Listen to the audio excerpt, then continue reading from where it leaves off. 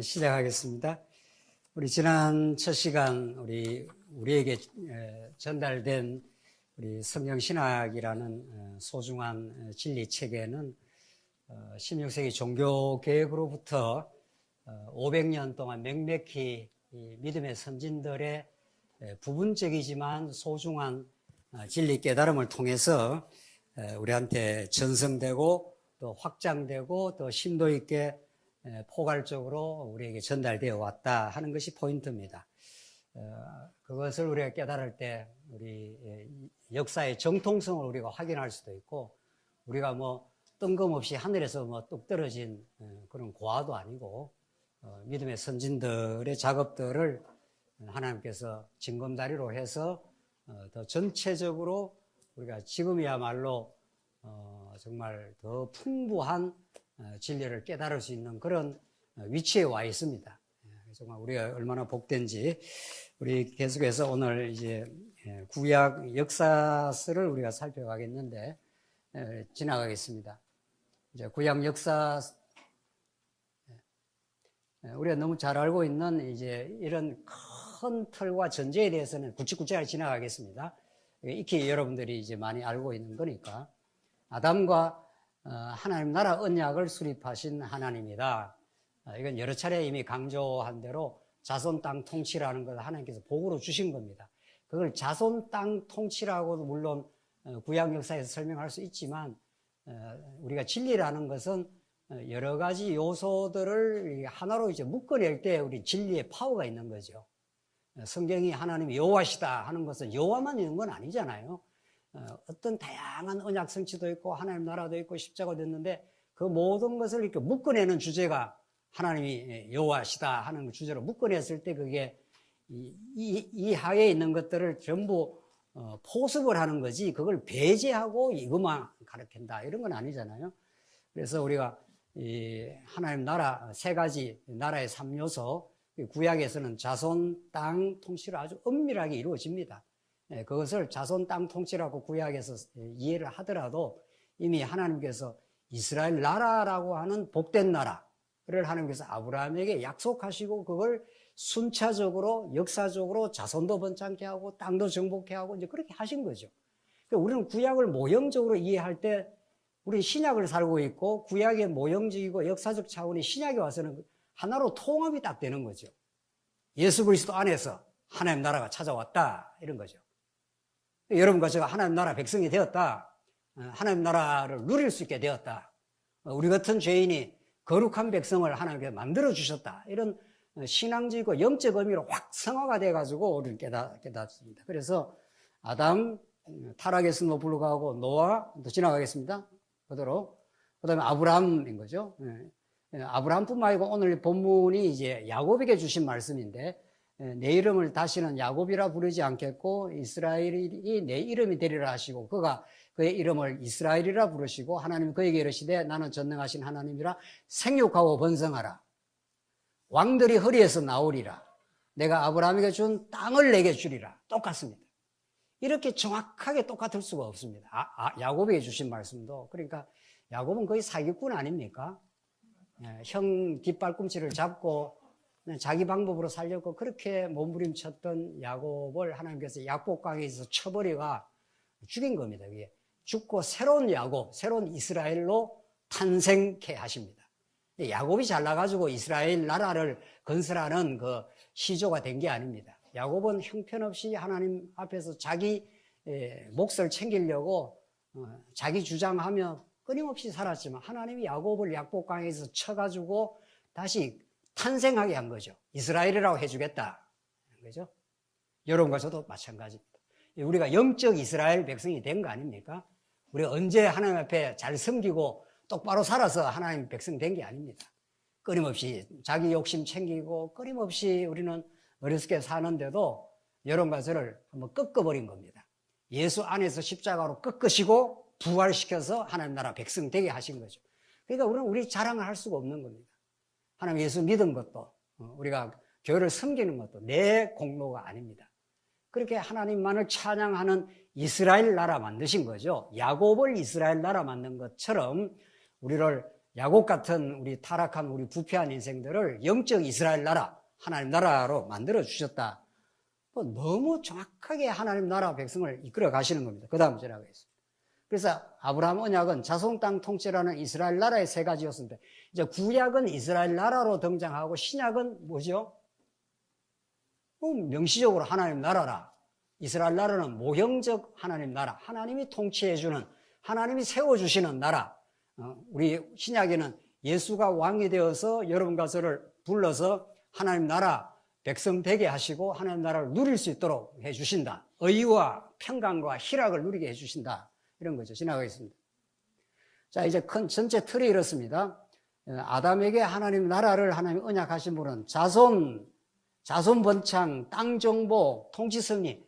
이거는 아주 너무도 정밀하게 성취가 되지 않습니까? 그것을 이루는 과정에 하나님께서 이제 아담에게는 가장 실체적이고 원형적으로 보여줬다면은 이제 아브라함부터는 모형 아닙니까? 이스라엘 나라는 전부 모형이고 그림자니까.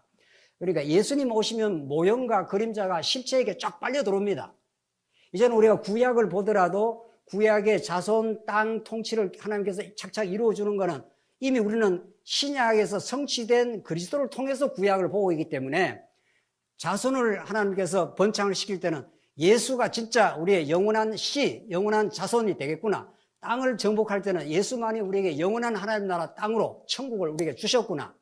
가나안 땅을 막 정복해 들어가는 것 자체가 예수가 우리의 심령에 부패하고 타락한 욕심과 기만과 어리석음으로 꽉 들어찬 우리에게 천국을 우리에게 막 정복해 들어오는 것처럼 통치도 마찬가지 아닙니까? 그리스도가 우리를 통치해 주시면은 우리가 우리의 주인 돼서 살지 않습니다.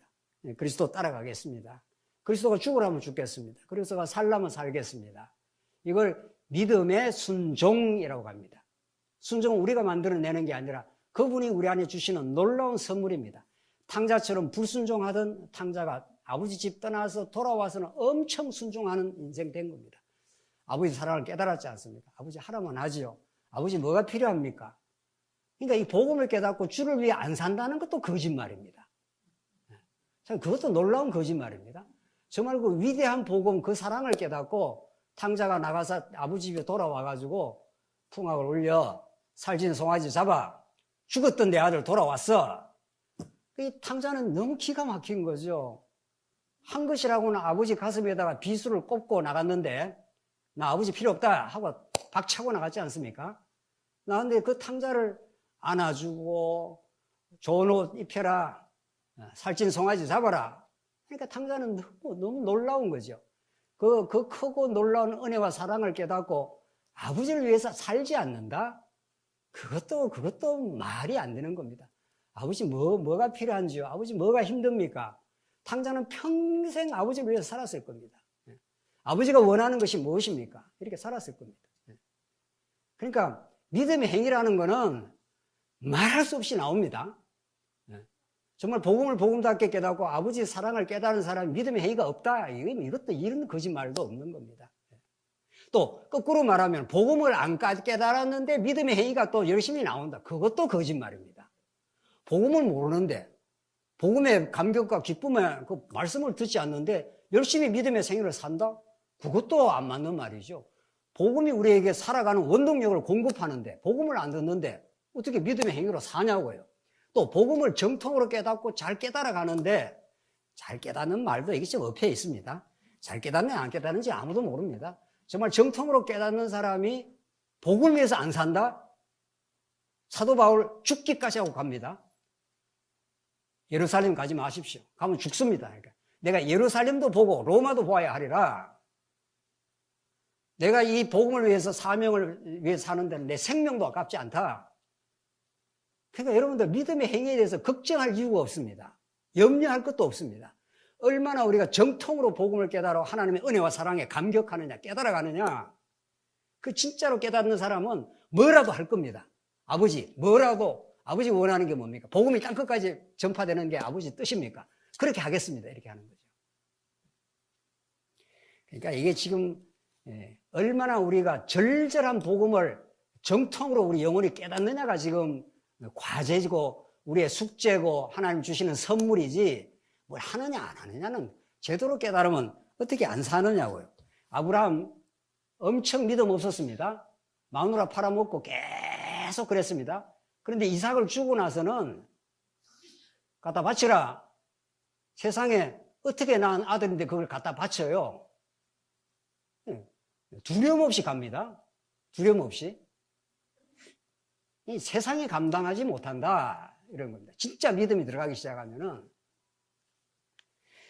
하나님께서 이제 아브라함에게 약속하신 것을 자손 땅 통치로 이렇게 분명히 이루어줍니다. 이루어주는 과정에 인간의 힘으로는 결코 될 수 없게 하셨다가 하나님의 능력으로 다 하시잖아요. 자손도 그랬고 땅도 그랬고 땅 정복하러 가는데 열정 땅꾼이 전부 안 된다 그랬습니다. 우리 들어가면 다 죽습니다. 이렇게. 이 모세야 우리를 여기 죽이려고 데려왔냐 그랬지 않습니까? 전부 원망하고 불평하고 했습니다. 하나님께서 여호수아한테 돌아라. 너희들 능력으로 이 성이 무너지지 않아. 그냥 돌아. 돌아라 하는 것은 안 맞지 않습니까? 뭐 칼을 주든지 미사일을 주든지 쏴라 해야 되는데 그냥 돌아라 했는데 7바퀴 도니까 그냥 와르륵 다 무너졌습니다. 하나님이 하시는 일인 거죠. 우리의 힘과 우리의 의기투합으로 되는 게 아니다는 거죠. 통치도 마찬가지입니다. 자, 하나님께서 아브라함에게 언약하신 것을 이제 모세에게 400년 종살이를 시키고 애굽 땅에서 건져냅니다. 왜 그렇게 하십니까? 하나님 가나안 땅에서 하나님께서 자손을 번창하고 땅 정복한다 했으면 그냥 거기서 땅 정복하도록 그냥 아브라함 후손들이 잘 살게 할 수 있습니다. 하나님 그렇게 안 하십니다. 그들을 요셉의 형들이 요셉을 팔아먹게 해가지고 그 엄청난 그 죄악을 범하게 한 거 아닙니까?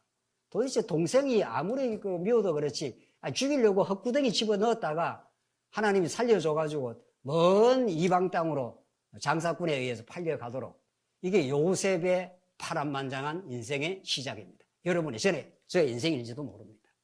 이게 궁극적으로 예수 그리스도의 예표적 사건이고 말이죠. 예수를 믿었는데 왜 내게 이런 일이 생겨? 예수를 믿었는데 왜 내게 이런 억울한 일이 생겨? 예수를 믿었는데 열심히 일했는데 감옥에 투옥이 되지 않습니까? 요셉은. 그게 하나님께서 요셉을 얼마나 사랑하고 사랑하는 길이었는지 모릅니다. 그것이야말로. 그래서 요셉이 나중에 총리가 되고 나와서 정말 기가 막힌 구원의 역사를 만들어내는, 기근에 다 죽을 뻔했던 자기 가족들을 살리는, 당신들이 나를 여기 보낸 게 아니라 하나님이 나를 여기에 보내셨습니다. 이러잖아요. 하나님 보내심, 이걸 믿는 게 우리 믿음입니다. 하나님이 여러분과 저의 어떤 자리에도 지금 보내놓은 거죠. 그 자리가 하나님을 배우는 자리요, 영광의 자리요, 그게 고난과 애매한 일과 어려움이 있을지라도 그게 하나님이 그 자리에 보내놓은 겁니다.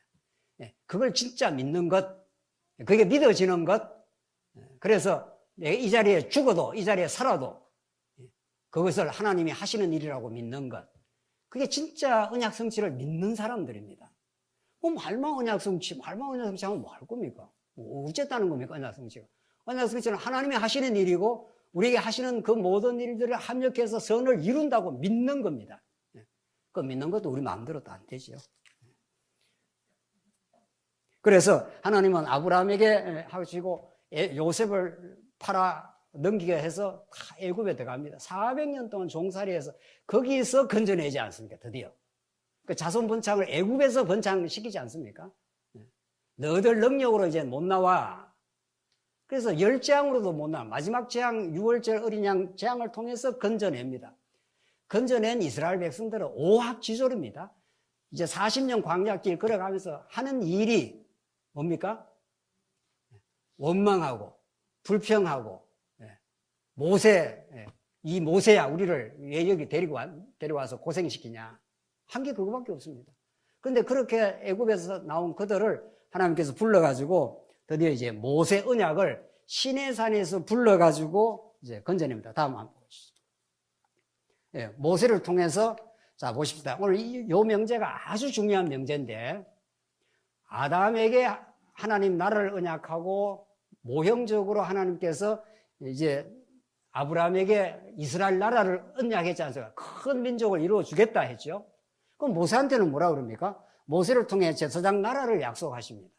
그러니까 구약의 이스라엘 나라의 정체성입니다. 이 이스라엘 나라는 어떤 나라인가 하면서 하나님이 정체성을 부여해 준다. 읽겠습니다. 세계가 다 내게 속하였나니 너희가 내 말을 잘 듣고 내 언약을 지키면, 이때 지키면 하나님께서 언약을 잘 보관하면 언약의 백성 내가 만들어 주는데, 너희는 모든 민족 중에서 내 소유가 되겠고 너희는 내게 대하여 뭐라고 했습니까? 제사장 나라가 되며 거룩한 백성이 되리라 했습니다. 하나님 전부 약속입니다. 하나님이 제사장 나라도 해주고 또 거룩한 백성도 하나님 만들어 주겠다, 이런 뜻입니다. 우리가 하는 게 하나도 없습니다. 우리가 하는 게 0.00001%만 있으면 우리의 자랑을 할 게 있지 않습니까? 하나님 그렇게 안 하십니다. 왜냐하면 우리가 자랑할 게 없고 그리스도가 다 하셨다, 하나님이 하셨다 해야 우리는 한없는 기쁨이 있습니다. 우리가 부모님한테 감사하는 것은 내가 잘나서 대학 나오고 내가 잘나서 인류 직장 갔다 이러면 그 자식은 부모에 대한 감사가 없을 겁니다. 우리 부모님이 시골에서 논 팔아서 고생해서 학교 보내서 나를 낳아서 교육시켜서 다 부모님이 나를 오늘 이 좋은 인류 직장에 다니게 한 건 부모님의 은혜입니다. 이러면 한없이 기쁩니다. 그 자녀는. 그 자녀가 최고로 기쁜 겁니다. 내가 잘나서 이 좋은 학교 나왔어, 내가 잘나서 좋은 학교 갔다 이러면 부모에 대한 찬양이 없죠. 당신이 해준 게 뭡니까? 당신이 등록금을 제대로 대했습니까? 내가 장학금 받아서 잘 탔는데 이걸 망조라 그러지 않습니까? 그 잘난 자식은 그럴 수가 있습니다. 그건 잘난 자식이 아닌 거죠. 제대로 된 자식은 부모님이 날 낳아줘서 길러줘서 등록금 힘들게 해줘서 그래서 대학 졸업시켜 좋은 직장 가져, 몽땅 부모님 은혜입니다. 하예와 같습니다. 부모님의 은혜에 비하겠습니까? 우리 하나님의 은혜가. 그래서 하나님께서 제사장 나라, 이스라엘 백성들은 오합지졸이요 애굽화되어 있습니다. 400년 종살이하면서 완전히 이스라엘 여호와 하나님을 다 잊어버리고 살았습니다. 그들을 내가 너희들을 여호와 하나님을 기억하고 여호와 하나님을 찬양하는 백성 제사장 나라로 만들어 주겠다, 이런 뜻입니다. 그 약속한 대로 진짜 만들어 줍니다. 만들어 주려고 지나갑시다. 주려고 율법이라고 하는 나라의 통치법을 통해서 제사장 나라를 이루십니다. 그러니까 출애굽기 후반, 레위기, 민수기, 신명기, 그 모세 오경, 창세기 내놓고 출애굽기 후반부터 그 몽땅이 다 율법입니다. 그 많은 율법, 계명, 법규, 옛날 말로 말하면 율례, 규례, 그 많은 율법들이 이스라엘 백성을 제사장 나라로 만드는 방법입니다. 내가 내 법을 통해서 너희를 정체성을 만들어 주겠다, 이런 거죠. 한 나라의 헌법, 우리나라의 헌법은 자유민주주의 헌법이 있어야 자유민주주의는 어떤 나라라는 정체성이 드러나지 않습니까? 제가 여러 번 이야기했는 것 같은데. 권력은 어디서 나옵니까? 국민으로 나오는 게 총구에서 나온다. 이게 공산주의 헌법입니다. 모 대통령이 그랬다는 거죠. 총구에서, 총에서 권력이 나온다. 우리는 자유민주주의는 권력은 어디서 나옵니까? 국민에서 나온다. 이게 자유민주주의입니다. 대통령에서 나오는 게, 대통령 마음에 안 드는 게 아니고 시원찮게 하면은 갈아치울 수 있다, 이런 거죠. 그러나 우리 교회는 국민에서 나온다 그러지 않습니다. 모든 권력은 어디서 나옵니까? 힘이라는 힘은 어디서 나옵니까? 하나님부터 나온다. 예수 그리스도가 우리의 주인이시다. 그게 제사장 나라입니다.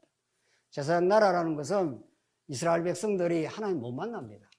그냥 죄인이 나갔다는 적사합니다. 다 죽습니다. 그러니까 하나님이 이스라엘 백성을 만나 주시려고 뭐를 만들어 주셨습니까? 성막 제도를, 혹은 나중에는 성전을 만들어 줬습니다. 이게 이스라엘 나라는 성전 혹은 성막으로 완성이 됩니다. 내가 너희를 만나주겠다. 회막이라고 합니다. 그렇죠? 성막은 하나님이 이스라엘 백성을 만나주겠다, 이런 뜻입니다. 얼마나 자비롭고 얼마나 하나님께서 우리를 용서하시고 사랑의 통치를 하시고 복이란 복은 성전에서 다 퍼붓습니다. 내가 너를 만나주겠다. 어린 양의 피를 가지고 와라. 제사장이 내게 나오면 내가 너를 만나주겠다. 이게 하나님 나라입니다. 거기에서 용서가 있고 하나님의 임재가 있고 하나님의 통치가 있고 하나님의 복이 이루어지는 나라입니다. 그걸 율법에서 다 내가 이렇게 이 율법을 통해서 너희들을 만나주고 통치하고 다스려 가겠다 이 말 아닙니까? 근데 그 모든 것들이 구약은 모형이요 뭐죠? 그림자입니다. 실체가 오면 모형 그림자 따라 합니까 안 합니까? 안 합니다. 안 합니다. 이제 실체가 와버렸는데 예수님이 하나님 나라로 왔고 예수님이 영원한 성전으로 오셨습니다. 십자가에 죽으시고 부활하심으로 영원한 성전이 되었습니다. 이제는 구약처럼 어린 양 잡아서 안 가지 않습니까? 여기 누가 어린 양 잡아서 여기 온 사람이 있어요. 우리 장로님이 어린 양 잡아갖고 여기 오면 이게 목사가 제사장 노릇을 하려면 그렇게 해야 되죠. 그렇게 안 하지 않습니까? 안 합니다, 이제는. 율법은 전부 그리스도 안에서 완전히 빨려서 그리스도 안에서 성취되었습니다. 사랑의 법으로 성취된 거죠. 구약의 모든 성전이 예수 한 분에서 성취된 거죠. 그런데 아직도 우리 개혁교회는 율법은 그래도 생활규범으로 그래도 또 남겨놓고 요거는 지켜야 된다. 안식일은 지켜야 된다. 11조 지켜야 된다. 이러고 앉아 있으니까 그거는 우리가 극복을 했습니다. 그거는 극복했는데 그러면 예수 믿고 나서는 아무렇게나 살아도 된다. 또 언제 성경에 아무렇게나 살아도 된다는 말이 있습니까? 세상에. 예수를 믿고 예수에게 사로잡히면 전적으로 사랑의 종이 되는 거죠. 주님의 사랑의 종이 되었기 때문에 주님이 원하시는 거라면 기꺼이 하겠습니다. 이렇게 되는 거 아닙니까? 그러니까 예수를 믿고 아무렇게나 사는 사람은 아직 예수를 모르는 거죠.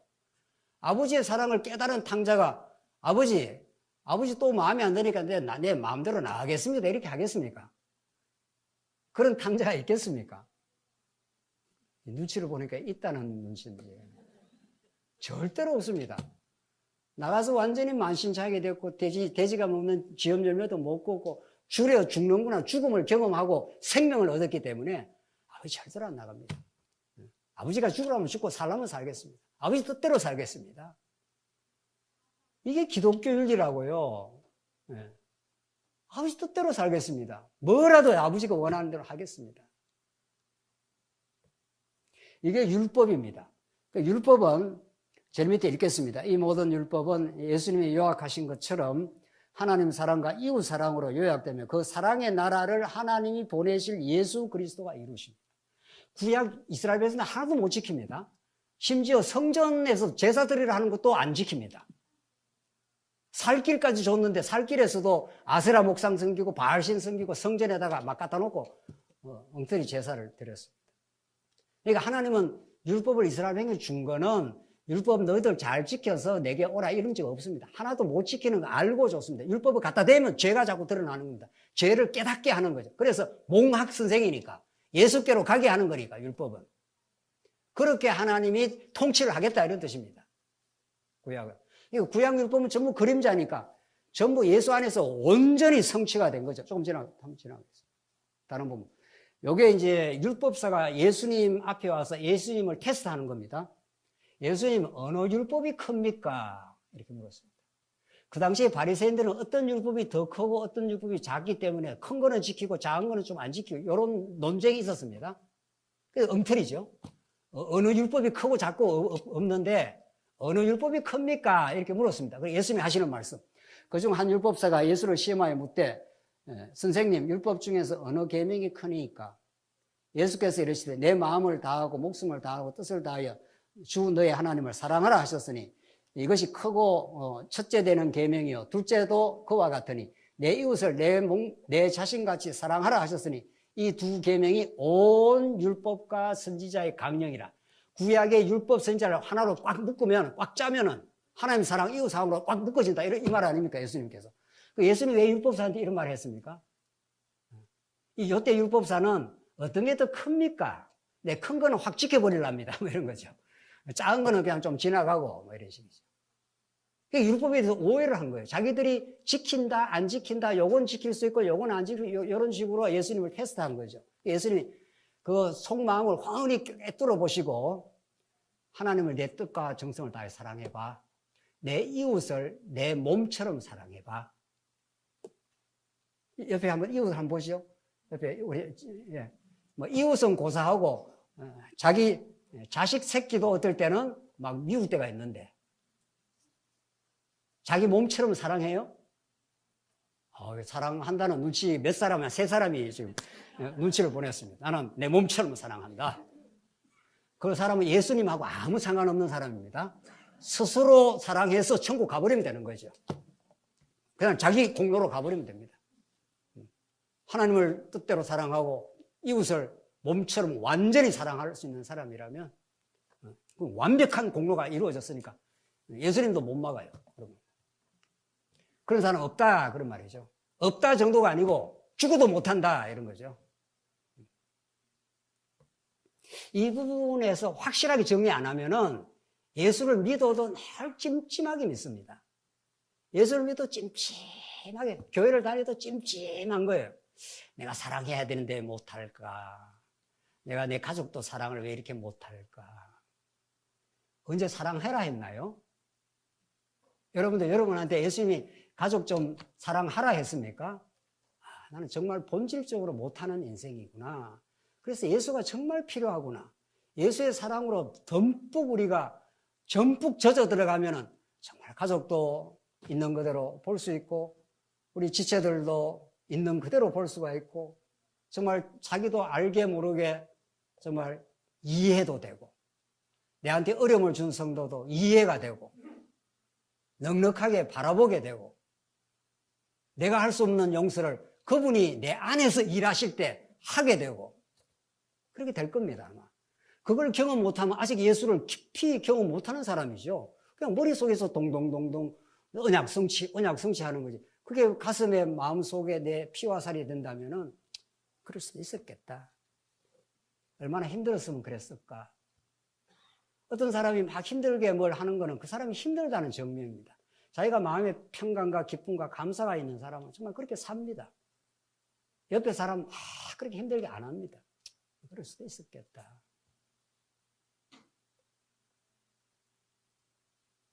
그렇게 해서 하나님께서 어떤 일을 행하십니다. 율법사는 예수님을 오해했습니다. 예수님이 너 한번 해봐. 하나님을 마음과 뜻과 정성을 다해 다 사랑하고 내 이웃을 내 몸처럼 사랑해. 또 율법사가 한다고 또 달라드는 율법사도 또 청년도 하나 있잖아요. 내가 어릴 때부터 다 지켰습니다. 뭐 더 지킬까요? 뭐 이러죠. 예수님 또 한 번 이야기해 보시죠. 그러니까 네 재산 다 팔아가지고 가난한 사람 다 주고 나를 따라와 하니까 그 청년이 어땠습니까? 근심하여 돌아갔습니다. 네가 진짜 사랑한다며? 그럼 네 재산 다 팔아봐. 완전히 이웃 한번 사랑하고 날 따라와봐. 이게 다 가짜인 거죠. 가짜인 거죠. 우리가 옆에 사람을 뭐 한다. 우리 신앙을 안 할 때, 신앙을 할 때는 순수하게 합니다. 우리가 신앙을 안 할 때는 다 자기 사랑을 위해서 하는 겁니다. 자기가 이렇게 하면은 사람들로부터 인정도 받고 사람도 아이고 김 목사 참 훌륭한 사람이다. 그 맛이 보통 맛이 아닙니다. 그 맛이 그런 자기 충족감이 있습니다. 그러니까 진짜 예수를 믿고 하는 사랑은 하고 나서 그냥 기억에도 없습니다. 내가 뭐 했는지 안 했는지도 모릅니다. 왜? 내가 한 게 아니니까. 그러니까 천국 가서 양한테 너가 내가 목마를 때 내가 감옥에 있을 때 너 나를 위해서 찾아왔잖아. 그러니까 양이 뭐라고 그랬습니까? 내가 했지요. 내가 얼마나 당신을 위해서 했는데 이런 말 안 하죠. 내가 언제 했습니까? 언제 내가 했는지도 모릅니다. 그러니까 진짜 그리스도의 마음으로 한 거는 내 기억 속에 안 남아 있습니다. 내가 교회를 위해서 많이 봉사했다는 기억 자체가 없습니다. 주님을 위해서 더 사랑 못해서 안달입니다. 내가 부족해서 더 주님을 위해서 못 살았는데 내가 힘을 주시고 한다면 더 주님을 위해서 살 수 있으면 좋겠습니다. 이렇게 하지 내가 이 교회를 위해서 개척할 때부터 얼마나 수고했는데 내가 연보를 해도 얼마나 했는데 그런 걸 가짜 이렇게 말하는 겁니다. 기억 속에 없습니다. 내가 했다는 기억이 없습니다. 어떻게 하다 나 같은 인생을 통해서 이 교회를 개척할 때 이렇게 같이 협력할 수 있게 되었나이까. 정말 감사하고 감사합니다. 이렇게 하는 거죠. 그게 여러분같이 아주 정상적인 신앙의 궤도에 들어왔을 때의 정상적인 마음입니다. 얼마나 행복하고 마음이 든든하고 자기 자랑할 이유가 없고 자기 증명할 이유가 없어진 인생 아닙니까? 이거 하나님 진짜 만들어 줍니다. 이 맛을 봐야 진짜 예수를 믿는 것입니다. 지나갑시다. 그래서 다윗 언약으로 가겠습니다. 자, 모세를 통해서, 자, 이제 다시 정리하자면 모세는 그 수많은 613개의 출애굽기, 레위기, 민수기, 신명기를 다 꽉 짜면은 하나님 사랑과 이웃 사랑의 나라를 하나님이 만드시겠다 이런 말이죠. 근데 이스라엘 백성은 하나도 못했습니다. 자손도 번창시키고 땅도 정복하고 왕도 줬는데도 여전히 우상 섬기고 여전히 헛짓했습니다. 그러니까 구약에는 하나님이 이렇게 하라고 한 이스라엘 나라, 하나님 사랑하고 이웃 사랑은 이스라엘 백성의 능력으로는 죽었다 깨나도 못하고 누가 해내시겠다 이런 뜻입니까? 예수 한 분이 하시겠다는 약속입니다. 언약입니다. 그렇죠? 율법이라는 게 예수가 이루실 언약이니까 내가 율법을 폐하러 온 것이 아니다. 내가 율법과 선지자를 성취하러 왔다. 그 말 아닙니까? 그러니까 예수님을 증거하면 되는 건데 이 율법을 갖다가 지켜야 되느냐 말아야 되느냐 어디까지 지켜야 되느냐 말아야 되느냐 한국교회 그 율법의 율법주의의 울타리에서 벗어나지 못하면 우리 성도들의 신앙이 시원시원하지 않습니다. 그 찜찜한 거죠. 언제나 내가 뭘 좀 했는데 라는 생각이 있거나 안 그러면 내가 뭘 못했는데 하는 자괴감이 있거나 둘 중에 하나입니다. 시원시원하지 않는 거예요. 시원시원하지. 주님 나는 아무것도 아닌데 주님이 나를 붙들어줘서 하나님을 사랑하고 이웃 사랑할 마음을 주어서 이렇게 할 뿐이옵니다. 이러면 시원시원하지 않습니까? 오늘 날씨도 더운데 말이죠. 정말 뭐 통쾌합니다. 예수 믿는 거 이렇게 상쾌하고 이렇게 명랑할 수가 없습니다. 정통으로 예수 믿으면 뭐 시원시원합니다. 시원시원해. 안 그래도 세상 일 복잡해 죽겠는데 교회만 가면 무거워. 이것도 해야 되고 저것도 해야 되고 이것도 해야 되고. 이래 뭐 교회가 성장할 수 있겠어요? 안 되는 겁니다. 이 복음에 대한 감격과 기쁨이 없는데 뭐 하라는 게 많고 지켜야 되는 게 많고 머리가 뭐 따끈따끈한 거예요. 뭐 교회만 가면 머리가 따끈따끈해지니까. 교회만 가면은 세상의 무거운 짐들을 예수님께 다 짊어지셨고 예수님이 우리에게 사랑을 벌벌 주셨고 그 놀라운 은혜와 사랑에 감격을 하니 주님을 위해서 뭘 위해 살까요? 내 미력한 힘이지만 이 교회가 세워지는데 어떻게 우리가 조금이라도 힘을 보탤까요? 이런 이야기 제가 잘 안 했는데 오늘 이상하게 하게 되네요. 정말 우리가 복음을 깨닫고 그렇게 안 되는 게 이상하잖아요. 진짜 복음을 깨닫고 주님을 위해서 안 사는 게 이상하지 않아요? 오늘 내가 약간 좀 맛이 간 것 같은데 주님을 깨달았는데 말이죠. 워낙 이런 이야기를 우리가 좀 잘 안 하다 보니까 그런데 정말 이 율법 문제가 나오면 정말 그렇습니다. 그분이 하나님의 사랑, 이웃 사랑을 하려고 십자가에 죽으시고 부활까지 하셔서 우리에게 완전히 의를 그냥 줬습니다. 그러니 그분이 이루시는 나라, 그분이 하나님의 사랑, 이웃 사랑을 나라를 하나님이 건설하시겠다. 지금 예수를 통해서 내가 해내고야 말겠다. 이게 이 땅의 교회고 이 땅에 우리가 불완전합니다. 우리가 완벽하지도 않지 않습니까? 그러나 우리 방향이 확실합니다. 불완전한 것도 나쁜 것도 아닙니다. 우리가 얼마나 죄인이고 우리 스스로 하나님 나라를 이룰 수 없다는 걸 깊이 깨달을수록 더 예수를 깊이 믿게 되고 더 예수님을 소망하게 되고 그래서 정말 주님과 함께 살고 싶고 이렇습니다. 다윗 언약으로 가겠습니다. 다윗 언약은 정말 이건 이스라엘 후대를 이끌어가는 결정적인 언약입니다.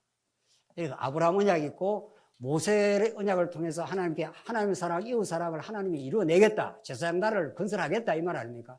진짜 구약에는 제사장 나라를 건설해 줬습니다. 성전을 통해서 건설해 줬고 이스라엘 백성의 힘으로 건설하지 못했고 그 다음에 하나님께서 자손 땅 통치를 다윗 시대 때 완벽하게 이루어 줬습니다. 그리고 다윗 언약을 주신 것은 다윗 이후에 한 500년 역사가 갑니다. 다윗 1000년으로 잡으면은 500년 이후의 역사를 이 다윗 언약을 통해서 이루어 갑니다. 다윗 언약 우리 잠깐만 한번 보겠습니다. 큰 글자 한번 같이 한번 읽어보시죠. 굵은 글자 시작. 아들을 통해 성전 지을 것을 약속하신다. 이를 통해 영원히 다윗 왕조를 경고케 할 것을 약속하신다. 이 중요한 약속 말이죠. 이 다윗 언약 이후에 이스라엘 역사 전체를, 선지서 전체를 끌고 가는 말씀입니다. 이 다윗 언약이. 그러니까 창세기 1장 28절 아담 언약이 근본이고, 모세에게 제사장 나라를 이루기 전에는 두 번째고, 세 번째 다윗 언약이 다윗 이후의 역사를 끌고 가겠다, 이런 뜻입니다. 어떻게? 내 수완이 차서 내 조상과 함께 누울 때에 내가 내 몸에서 날 내 씨를 내 뒤에 세워 그의 나라를 뭐라고 했습니까? 견고하게 하겠다. 그는 내 이름을 위하여 집을 건축할 것이요, 나는 그의 나라 왕위를 영원히 견고하게 하리라. 나는 그에게 아버지가 되고 그는 내게 아들이 되리니 그가 만일 죄를 범하면 내가 사람의 매와 인생의 채찍으로 징계하려니와 내가 내 앞에서 물러나게 한 사울에게서 내 은총을 빼앗은 것처럼 그에게서는 빼앗지 않는다. 후대 너희들 다 실수하고 범죄할 건 내가 안다. 그러나 내가 너희를 때리긴 하겠다. 사람의 매와 인생에. 다윗이 엄청 맞았습니다. 다윗은 정말 평생에 우리 인생이 맞을 그 매를 대표해서 다 맞았습니다. 자식이 자기 왕위를 찬탈을 해. 자식끼리 죽고 사는 일이 생겨나. 이거 뭐 하여튼 평생 우리 인생이 죄로 말미암아 우리가 겪어야 될 모든 마음의 고통을 다윗 혼자가 다 걸머졌습니다. 정말 다윗처럼 파란만장한 인생도 없습니다. 사울한테 쫓겨다닐 때도 말할 수 없고, 그래서 왕이 되고 나서 바세바 범하고 나서부터 찾아온 피바람이 다윗의 왕가에 불어닥쳤습니다. 다윗은 평생 통곡하고 압살롬아, 내 아들 압살롬아, 내 아들 압살롬아, 내 아들 압살롬아, 내 아들 압살롬아 해서 압살롬 죽을 때 통곡을 했습니다. 그 통곡과 비극의 역사를 거쳐 하나님이 다윗으로 하여금 그 깊고 놀라운 찬송을 만들어내신 분입니다. 이게 장차 오실 예수 그리스도에 대한 예표적 사건입니다. 누가 다윗처럼 그런 파란만장한 인생을 겪겠습니까? 하기야 뭐 우리 인생이 다 한 사람 한 사람 따지고 보면은 다 소설 같은 다 파란만장한 인생일 수 있는데, 다윗은 그 대표적인 인물이었습니다. 그런데 하나님께서 인생 채찍과 사람의 매와 인생 채찍으로 내가 징계를 한다. 사랑하기 때문에 그랬습니다. 여러분과 저에게 일어나는 어떤 일도 사랑과 무관한 일은 없습니다. 하나님이 여러분과 저를 사랑하기 때문에 때리기도 하고 싸매기도 하는 겁니다. 이거 믿어지십니까? 네.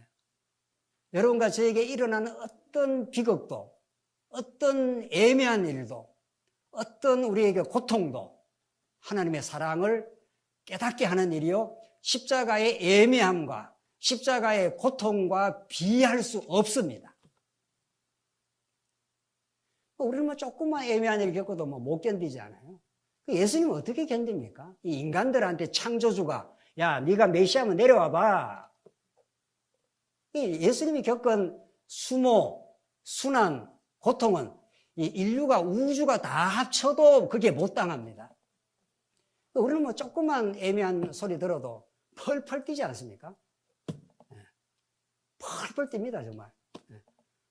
지붕이 막 날아갈 정도로 펄펄 뛰어요. 이걸 내가 왜 겪어야 되냐, 뭐 이런 거죠. 인간 못 말리는 겁니다. 인간의 그 허탄한 자존심 말이죠. 예수를 만나야 우리 진정한 자존감을 갖게 되고 하나님 안에서 살게 되고 하나님의 사람으로 그렇게 살게 되는 건데, 예수를 깊이 못 만나고 그 은혜를 깊이 모르면 그냥 자존심만 살아있는 거죠, 우리가. 그래서 하나님께서 다윗에게 아들을 통해서 성전을 짓겠다. 다윗이 내가 성전 지어 드리겠습니다 했지 않습니까? 나는 이렇게 백향목 왕궁에 있으니 어떻게 주님이 저 밖에 있는 게 내가 송구스럽습니다. 내가 성전 지어 드릴게요. 하나님이 오냐, 기특하다, 지어라 이렇게 안 했습니다. 왜 그랬습니까? 만약에 다윗이 성전까지 지으면 난리가 날 겁니다.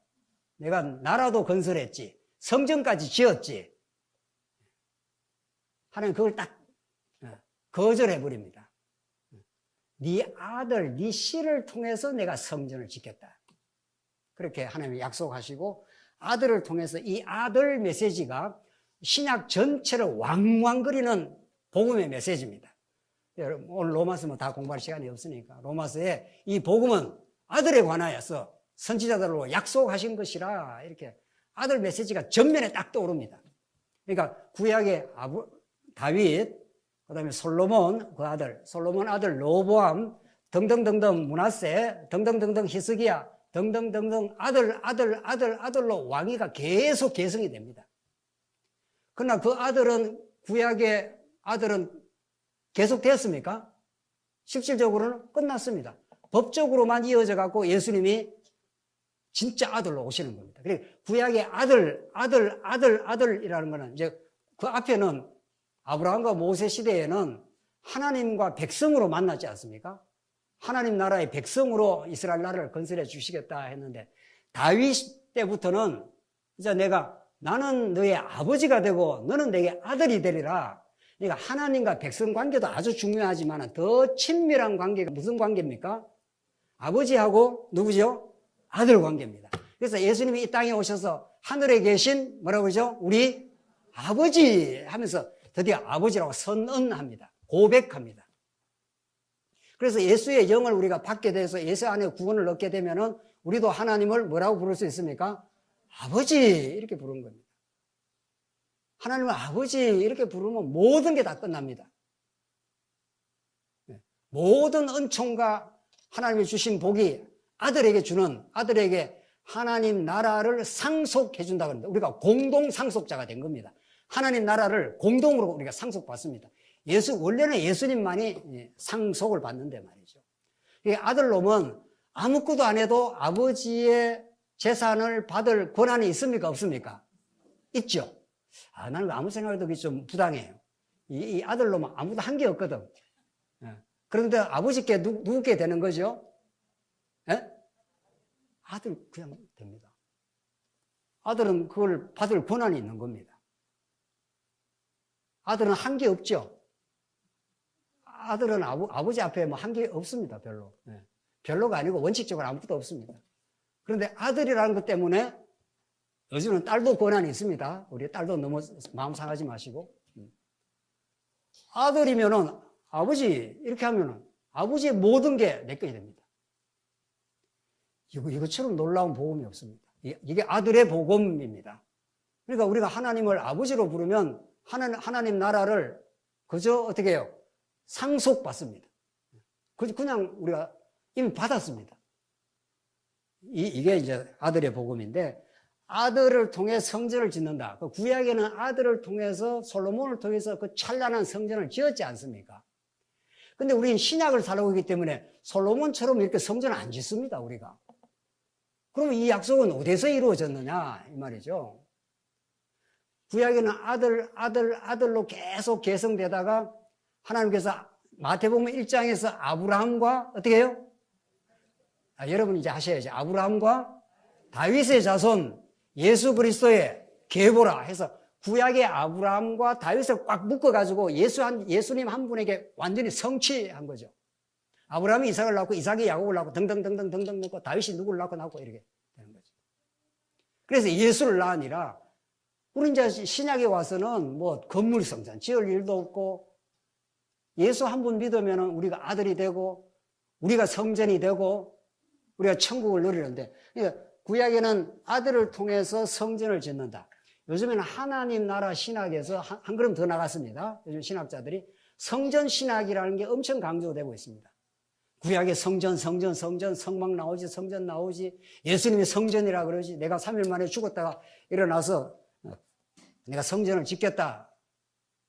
구약이, 그리고 계시록에 가면은 하나님과 어린 양이 성전 되심이라, 그러니까 성전으로 성경 전체가 이렇게 꿰지는 거구나 이렇게 해서, 또 그런 사람들은 또 언약 성취는 말 안 하고 뭐만 또 주구장창 왜입니까? 성전 그러는 거죠.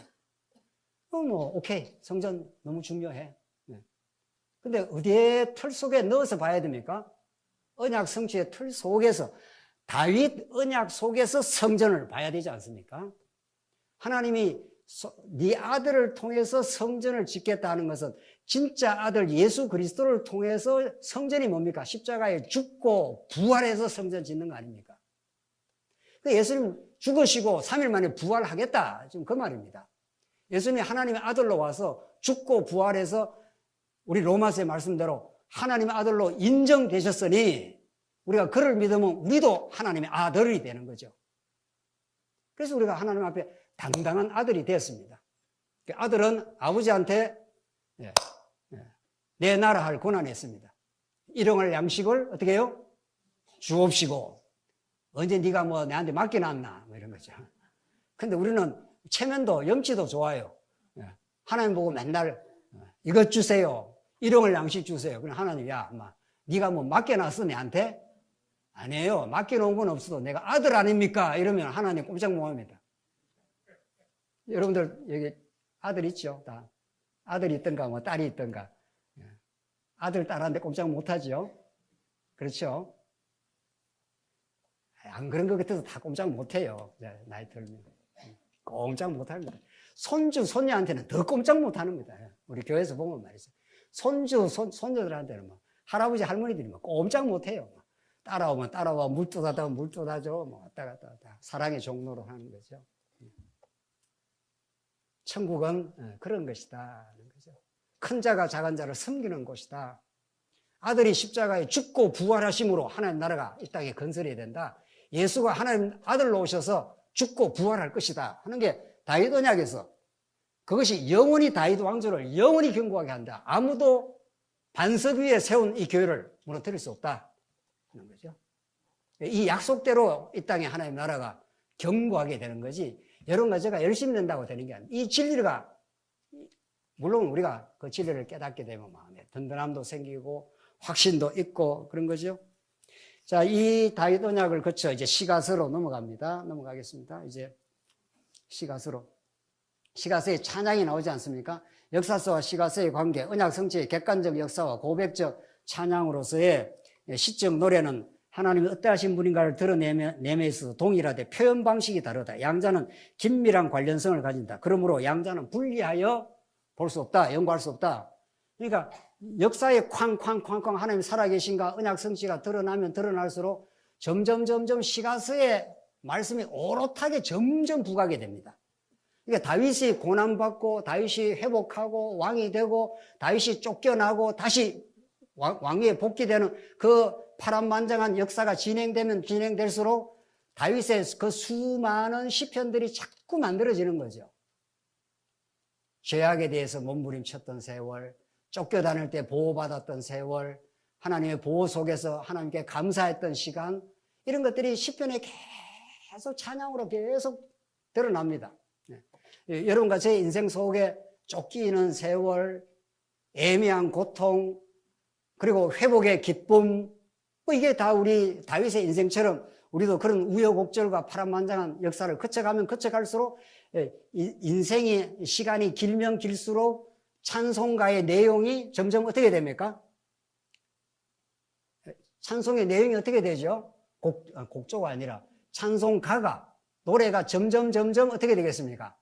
길어지고 깊어지겠죠. 재미있는 현상을 발견했는데 우리 교회에서 진리가 뭐냐 이렇게 우리 교회 아기들이 하나님은 가면 여호와 이렇게 말해요. 예수는 가면 어떻게 해요? 그리스도. 초등학교 3, 4학년, 5, 6학년들 3, 4학년, 5, 6학년 아이들한테 찬송가가 있습니까? 그러나 하나님 여호와 예수는 그리스도는 우리나 그 사람 5, 6학년, 3, 4학년이나 지금 50대, 60대, 70대, 80대나 그 언어적인 고백은 어떻습니까? 똑같습니다. 아니, 그 걔들이 더 잘해요. 하나님은 하면 어떻게 해요? 여호와. 예수는 하면 어떻게 해요? 그리스도. 그게 진리 다인데 뭐 더 이상 없는데. 그러면 그 초등학교 3, 4, 5학년짜리는 찬송의 내용이 많습니까? 뭐 많을 거나 뭐 있습니까? 아버지 엄마가 다 그냥 먹이고 입히고 다 했는데 뭐 먹고 먹을 게 너무 많아갖고 막 푸짐푸짐 해가지고 막 찬송의 내용이 뭐 있겠습니까? 우리 애들 5, 6학년이. 그런데 70년, 80년 이 파란만장한 인생을 지나고 죽을 뻔했다, 살아나고 완전히 파산했다가 다시 회복이 되고 아팠다가 건강이 회복되고 관계가 깨졌다가 다시 화해가 되고 이 파란만장한 인생을 많이 겪으면 겪을수록 찬송가의 내용이 어때요? 점점 많아집니다. 이게 정상적인 신앙생활입니다. 정상적으로 진리를 깨닫고 나이가 들어가면 정상적으로 찬양의 내용이 많아지는데 이게 비정상적으로 되는 수가 있더라고요.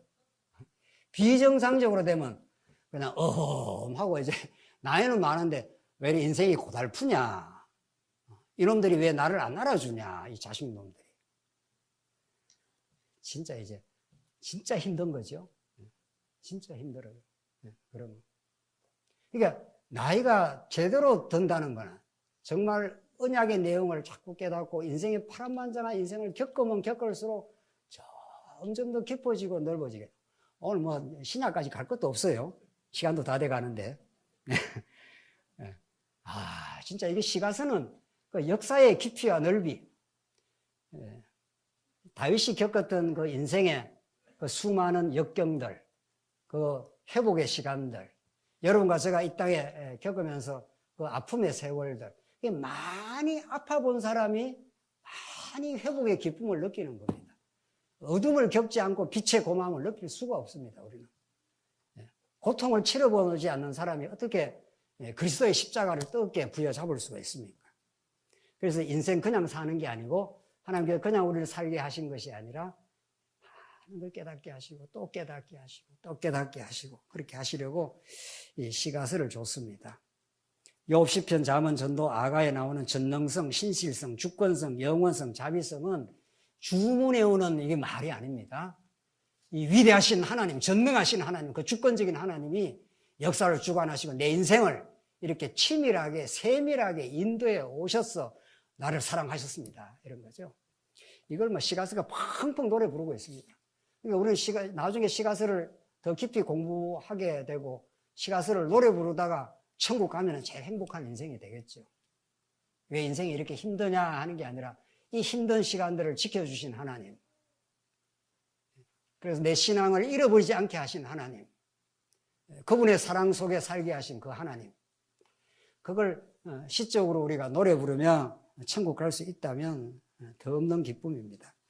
선지서는 한 걸음 더 나갑니다. 선지서는 시가서, 역사서와 시가서를 아울러 가지고 때리고 싸매지 않습니까? 역사의 후반기에. 그러니까 성경은 뒤로 가면 뒤로 갈수록 점점 깊어집니다. 여러분들 인문학이라는 게 역사 문사철이라고 그러는데 문학과 역사와 철학이 있습니다. 그거 전부 다를 인문학이라고 그럽니다. 일반 학문할 때. 기독교는 그것보다도 훨씬 뛰어넘습니다. 역사가 있고요. 시가서가 문학이고요. 선지서가 그냥 비유하자면 철학이란 말이에요. 철학이라는 건 모든 궁극적인 진리를 깨닫는 것, 이 삼라만상의 다양한 현상의 통일성을 부여하는 것, 선지서야말로 때리고 싸매고 흩고 모으는 이 파란만장한 역사 전부가 하나님 한 분을 깨닫게 하는 것, 그 통일된 그 진리를 깨닫게 하기 위해서 여러분과 제가 엎어지고 뒤집어지고 쫓기고 회복되고 모든 걸 겪으면서 한 분 하나님에 대해서 가르쳐 주시겠다. 하늘과 새 땅을 이루시는 여호와 하나님이다. 예수가 반드시 오고야 만다. 이런 거죠, 선지서가. 선지서는 너무 깊고 놀랍습니다. 우리가 다 알 수도 없을 겁니다. 그래서 역사서, 시가서의 그 찬양, 그 문학과 시의 찬양, 그 선지서에 나오는 최종적인 궁극적 진리. 내가 역사를 주도한다. 내가 너희들을 때리고 다시 회복하고야 만다. 내가 예수를 십자가에 못 박고 부활시키고야 마는 여호와 하나님이다. 이런 거 아닙니까? 내가 역사를 주도하는 여호와 하나님이다. 이게 선지서에서 예수 그리스도를 향해서 강력하게 나아가는 거죠. 선지서에서. 이거 언제 다 깨닫고 죽어야 될지 정말 하나님께서 우리 이 생을 다 할 때까지 이 진리를 깨닫고 이 감격과 이 방향을 적어도 우리는 다 깨달을 수 없겠지만 적어도 이 방향이 있습니다. 그러니까 역사서, 시가서, 선지서에서 마지막 종식을 하고 예수로 이제 넘어가는 거죠. 이제 시편, 신약으로 넘어가겠습니다.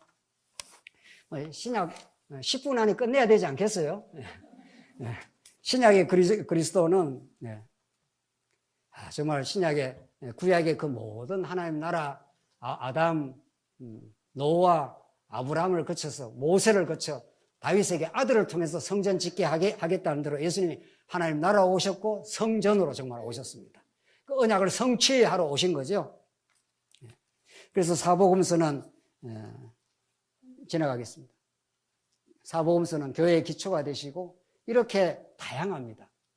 우리가 통일성을 많이 강조했지만 통일성은 최종적으로 중요한 진리인데 정말 사복음서는 직임, 신분, 사역, 본성 이거 뭐 무궁무진합니다. 이거는 뭐 요한복음, 마태복음 읽으면 마태복음대로 뭐 기기묘묘한 구약과의 착착 연결한 거고요. 마가, 누가를 지나서 요한복음에 가면은 그 예수님이 바로 하나님이다. 하나님의 아들이요, 하나님이. 그분이 나의 주, 나의 하나님이라. 이렇게 참 우리가 다 그 깊이를 어떻게 다 알겠습니까? 얼마나 풍부한지 모릅니다. 그러니까 여러분과 제가 오늘 이 시간 정말 이 진리에 대한 기대감이 필요합니다. 내가 언약 성취 다 알았다. 이건 너무 자고한 겁니다. 그렇지 않습니다. 언약 성취에 우리 애들이 초등학교 3, 4학년 애들이 하나님이 여호와 예수는 그리스도 진리 다 아는 거죠. 그게 다 안 거냐고요. 그냥 말을 배운 거지. 우리 아이가 어릴 때 말이죠. 이거는 하고 지나가야 되겠네요. 우리 아이가 초등학교 2학년인지 3학년인데 인생이 고달프다 이러더라고요. 이 야가 이거 약을 먹었나. 이 초등학교 2학년이 인생이 고달프다. 저거 엄마가 뭐 아버지하고 무슨 이야기하다 참 인생 고달프네. 이 말을 옆에서 들었던가 봐요. 그 엄마 아버지가 인생을 살아보니까 참 고달픈 일도 많고 힘든 일도 많고 그 가운데 하나님의 보호와 은혜를 느꼈으니까 참 인생 고달프네. 했는 걸 옆에서 들었던가 봐. 그 말을 그대로 우리한테 돌려주는 거죠. 네. 뭐 이야기하다가 인생이 고달프다 뭐 이러더라. 네가 뭐 인생을 뭘 겪었다고 고달프니 많이 지금. 네. 뭐 이야기하다가 지금 헷갈려가지고 네. 사복음서 사복음서 막 기기묘묘합니다. 그러니까 우리는 그런 기대감이 있습니다. 언제 이 풍부한 진리를 다 깨닫고 죽을까? 다 깨닫고 죽을 수도 없을 거고 그냥 깨닫는 데까지 하나님께서 우리를 인도하는 데까지. 그러나 중요한 거는 그 미지의 세계가 그 풍부한 영원한 진리의 세계가 우리에 놓여져 있다 이런 거죠. 그래서 사도행전으로 가겠습니다. 지나가겠습니다. 사도행전으로. 요거만 읽죠. 사도행전 마지막에 사도행전 28장 23절인데 그들이 날짜를 정하고 그가 유숙하는 집이 많이 오니 바울이 아침부터 저녁까지 강론하여 하나님의 나라를 정언하고 했죠. 분명하죠. 뭐 하나님 나라가 우리 그걸 자꾸 강조가 되나? 성경에서 하나님 나라를 정언하고 모세의 율법과 선지자의 말을 가지고 예수에 대해서 권하더라. 그러니까 하나님 나라에 전가하고 예수에 대해서 이게 동격입니다. 그러니까 예수는 이 땅에 하나님 나라를 실현하러 오신 분이니까 물론 하나님 나라의 주체입니다. 예수님은. 그러니까 하나님 나라를 정언하고 모세의 율법과 선지자의 말을 가지고 예수에 대해 권하더라. 그러니까 그 예수님이 하나님 나라를 이 땅에 성취하러 온 분이죠. 왜냐하면 첫 아담에게 하나님 나라를 언약하시고 둘째 아담 혹은 마지막 아담 예수가 하나님 나라를 성취하러 왔기 때문에 지금 사도 바울은 구약을 훤히 깨고 있는 사람 아닙니까? 그러니까 하나님 나라에 대해서 정언하고 예수에 대해서 정언하는 거죠. 그러니까 예수는 그리스도라는 게 너무도 진리입니다. 그러니까 예수는 그리스도라는 건 에베레스 산이라면은 하나님 나라는 마나슬루와 같은 거예요. 그러니까 이것도 알고 이것도 같이 알아야 되는 겁니다. 한쪽만 내리 알아가지고 내가 히말라야 산을 다 정복했다 이러면 안 되는 거야 아닙니까? 성경은 그렇게만. 또 그다음 보십시다. 사도행전 28장 마지막 절입니다. 바울이 온 이태를 자기 셋집에 머물면서 자기에게 오는 사람을 다 영접하고 또 뭐라고 했습니까? 여러분이 이제 노란 줄 그런가 같이 읽겠습니다. 시작. 하나님의 나라를 전파하며 주 예수 그리스도에 관한 모든 것을 담대하게 거침없이 가르치더라. 그러니까 사도 바울이 증거한 거는 뭐와 뭐라는 겁니까? 하나님 나라를 전파하고 주 예수 그리스도에 대해서 전거한 거죠. 똑같은 겁니다. 하나님 나라를 전파하겠다 해도 되고 예수 그리스도를 전거한다 해도 되고 더 설명을 하자면 예수 그리스도는 하나님 나라의 주체이시고 예수가 선언하고 전거한 것이 하나님 나라다. 이 지옥 같은 세상에서 하나님 나라가 이 땅에 이루어진다. 이제 그 말 아닙니까? 너무 뭐 똑 떨어지는 거죠. 구약에 하나님께서 아담에게 자손 땅 통치에 하나님 나라를 내가 언약하고 복을 주겠다 하시고 예수님이 내가 복의 근원으로 왔다. 하나님 나라가 이 땅에 왔다. 여러분과 제가 지금 하나님 나라입니다. 온전한 하나님 나라에 왔습니다. 아이고, 나는 뭐 이것도 잘 못하고 저것도 잘 못하는데요. 이건 뭐 복음을 모르는 이야기죠. 우리가 언제 잘해서 하나님 나라에 왔습니까? 언제 뭐 하나님께 봉사해서 하나님 나라에 왔습니까? 하나님 나라 백성 삼아주니까 하나님 나라 백성이 된 거고, 천국을 소망하고 우리가 지금 사는 겁니다. 지나가겠습니다. 하나님은 하나님의 아들을, 우리 다윗 언약에서 아들을 통해서 성전을 짓게 하겠다 해서 진짜 하나님의 아들, 진짜 하나님의 아들이 왔습니다. 십자가에 죽게 하심으로 하나님의 영원한 언약적 사랑과 은혜를 드러내십니다. 그러니까 십자가를 통과하지 않는 복음은 복음이 아닙니다. 왜냐하면 사복음서가 다 예수님의 십자가로 가고 십자가에 죽으시고 부활하심으로, 아까 보니 우리 개예배 때 십자가에서 하나님의 5대 속성, 신적 속성이 완전히 드러난 겁니다. 전능성도 드러나고 주권성도 드러나고 영원한 사랑도 드러나고 신실성도 드러나고, 그래서 예수님이 십자가에 죽으시면서 다 어떻게 해요? 이루었다 이렇게 말하지 않습니까? 그러니까 우리는 자꾸 빼면 안 되는 거죠. 십자가 빼고 하나님 나라 빼고 뭐 그럼 뭐 증거합니까? 언약 성취가 너무도 중요한 골격이지만 그 언약 성취를 이루는 과정에 하나님 나라도 착착 이스라엘 나라 구약에 이루어지고, 이스라엘 나라를 이루기 위해서 어린 양 하나가 죽고 제사장이 피를 가지고 성전으로 나아가는 성전 제사가 이루어지지 않습니까? 그게 다 십자가고 부활이고 그러지 않습니까? 그래서 이제 구약의 모든 그림자는 끝났습니다. 이제는 우리 성전 지을 이유도 없고 어린 양 잡을 이유도 없습니다.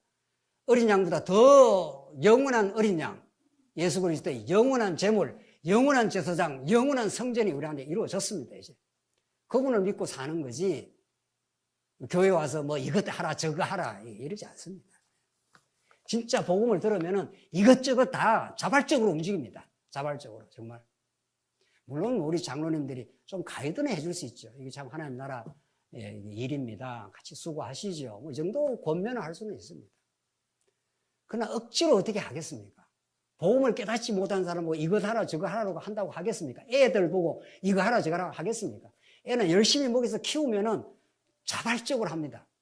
펄펄 뜁니다. 그게 우리가 복음 안에 살아가는 삶입니다. 마지막 계시록을 통해서 영원히 하나님이 승리하게 하겠다. 결론입니다. 결론을 가겠습니다. 성경은 우리 다 같이 읽겠습니다. 시작. 성경은 계시의 책이자 언약 성취의 책이다. 요 말만 하면 이걸로 끝내면 안 됩니다. 언약 성취의 틀 속에 하나님 나라도 들어있고 십자가도 있고 부활도 있고 성천도 있고 성령 보내심도 다 있습니다. 그걸 풍부하게 언약 성취의 틀을 가지고 설명하는 거죠. 지나가겠습니다. 자, 우리는 하나님 알아가는 게 우리 삶의 의미입니다. 성경을 통해 드러나는 하나님과 그리스도를 삶의 전 영역에서 알아가는 일은 하나님이 부여하신 모든 성도의 평생의 사명이요 삶의 의미입니다. 여러분과 제가 왜 이 땅에 더 살게 했습니까?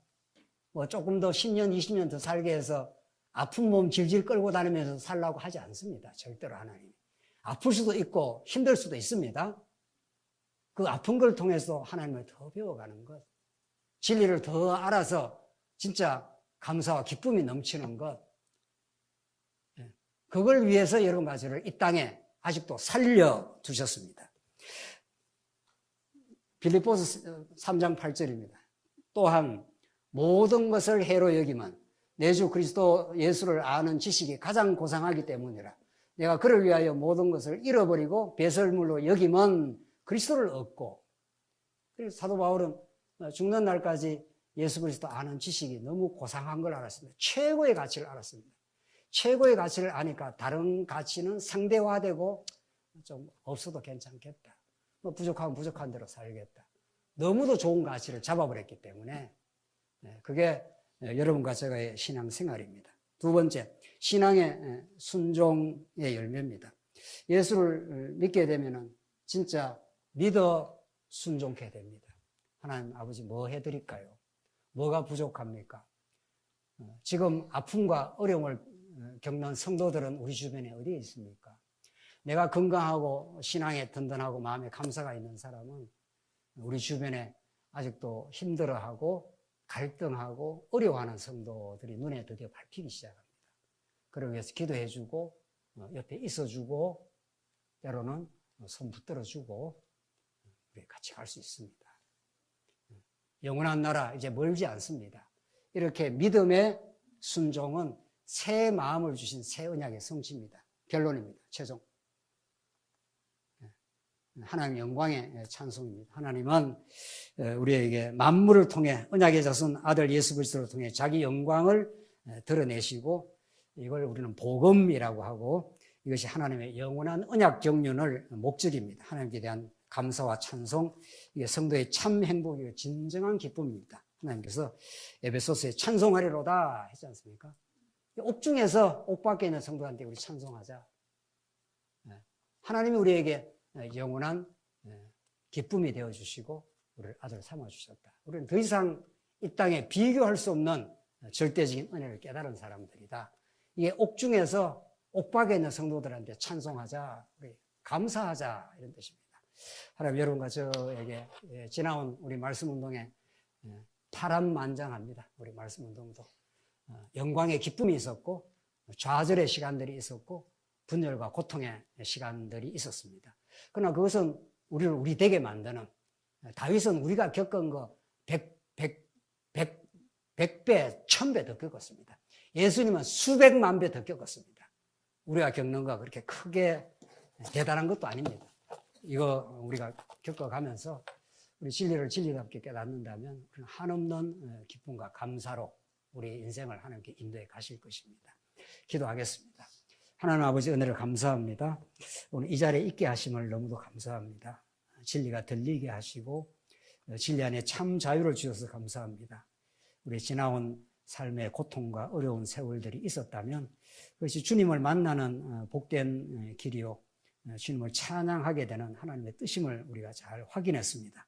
그 진리 안에 참된 자유와 승리의 삶 우리 있게 하시옵소서. 예수님 이름으로 기도하옵나이다. 아멘.